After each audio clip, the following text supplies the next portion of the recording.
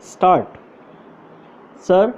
I should like to thank the honourable members who have participated in this debate, and I would like to begin by saying that I am sorry that I could not be present on Friday when some honourable members spoke, but I have gone through their speeches and I have taken all the points that they have made. Sir, the debate was very constructive and I would like to thank the honourable members for their very valuable suggestions from both sides of the house, and it was clear that their intention was to strengthen the defense of the country and to see that the defense expenditure is put to the best use.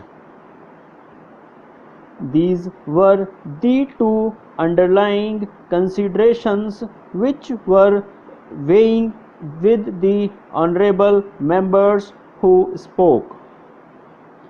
Many honourable members have referred to our brave soldiers and have referred to them in glowing terms.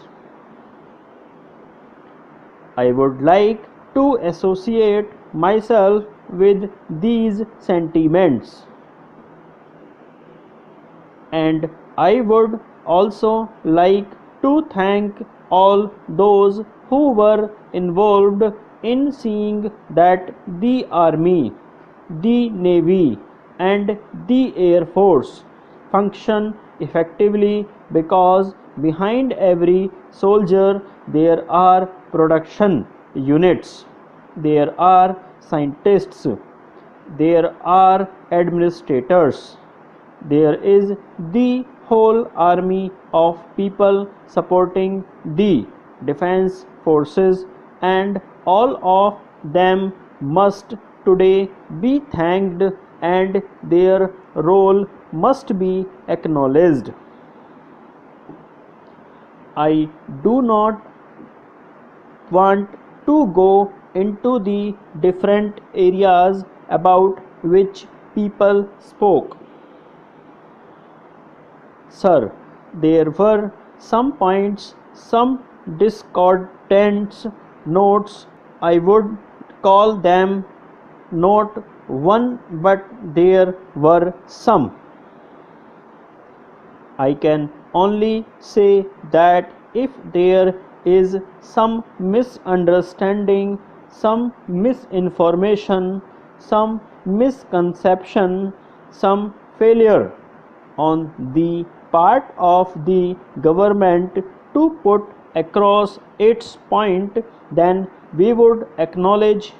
we would accept it, and we would learn from mistakes. And if there is misinformation on the part of the honourable members, we can hope to rectify it.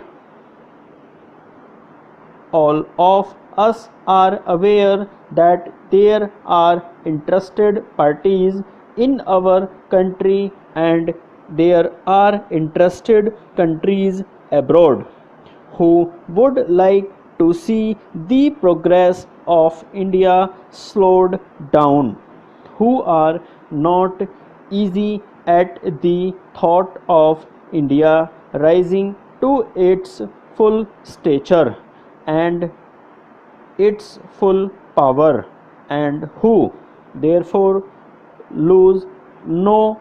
opportunity of trying to demoralize us as a people, who refer to our army and say that the quality of our soldiers is not good,